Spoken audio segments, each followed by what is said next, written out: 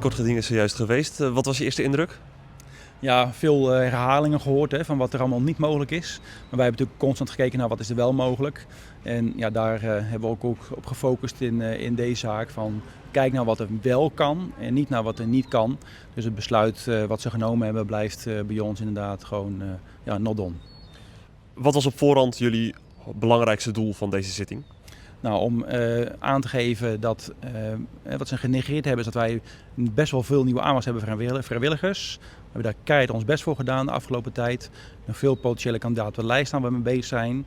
En daar hadden we graag hulp bij gehad. Want we hebben natuurlijk jarenlang hulpvragen gedaan. Kom ons nou helpen om die post te versterken. En zoals je net al hoorde, de brandweer in Zeeland staat er niet heel sterk voor. Waarom gaan we hem dan nog verder verzwakken? Dat gevoel van gehoord worden, dat idee had ik dat jullie dat vanuit VRZ heel weinig hadden door de jaren heen. Had je het idee dat jullie nu in deze zitting wel gehoord werden? Nou, ik denk dat de rechter wel voldoende gehoord heeft. Ik denk als je kijkt naar de verdediging van de tegenpartij, van de veiligheidsregio, dat het nog steeds niet begrepen wordt. Want ook de uitdrukking van nou, waarom zijn we niet aan tafel gekomen met elkaar? We hebben zoveel handreikingen gedaan om met elkaar aan tafel te gaan.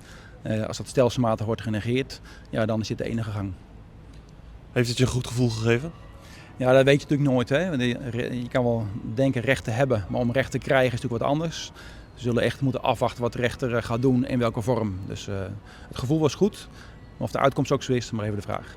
Ja, er zijn natuurlijk nu 2 scenario's mogelijk. Of jullie mogen weer open, of jullie blijven gesloten. In het geval dat jullie weer open mogen, wat gaat dat met jullie doen? Wat voor gevoel geeft dat? Nou, dat is een super positief gevoel en tegelijkertijd een signaal van we kunnen nu vol aan de bak. Want wij gaan dan voor zorgen dat die post weer op sterkte komt. Die uitdaging gaan we graag aan. Het is realistisch ook om het te doen, dus dan zijn we er klaar voor.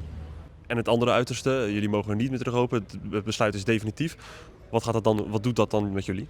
Ja, gefrustreerd, want het geeft duidelijk aan dat de wet wordt overtreden, de signalen worden allemaal genegeerd. Dus dan blijft er een gefrustreerd en wrang gevoel over. Heeft nou al deze aandacht die ook de sluiting met zich mee heeft gebracht, heeft dat nou ook geleid tot mensen die hebben gezegd, nou stel jullie mogen weer open, dan staan we er voor jullie en dan komen wij ook als vrijwilliger helpen? Nou, eerder was het eigenlijk andersom, want die sluiting heeft juist gezegd van hé, wacht even, maar ik had interesse, maar ja, dat zal wel niet meer nodig zijn. Dus het geeft ons dan zometeen moeten we weer extra energie daaraan besteden om die mensen weer te overtuigen.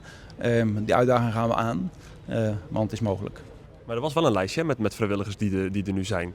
Nou zeker, want ik zeg, we hebben natuurlijk dagen vrijgenomen, huiswerk gedaan. Wat is onze doelgroep? Waar woont en werkt onze doelgroep? En op welke manier kunnen wij die benutten bij de brandweer?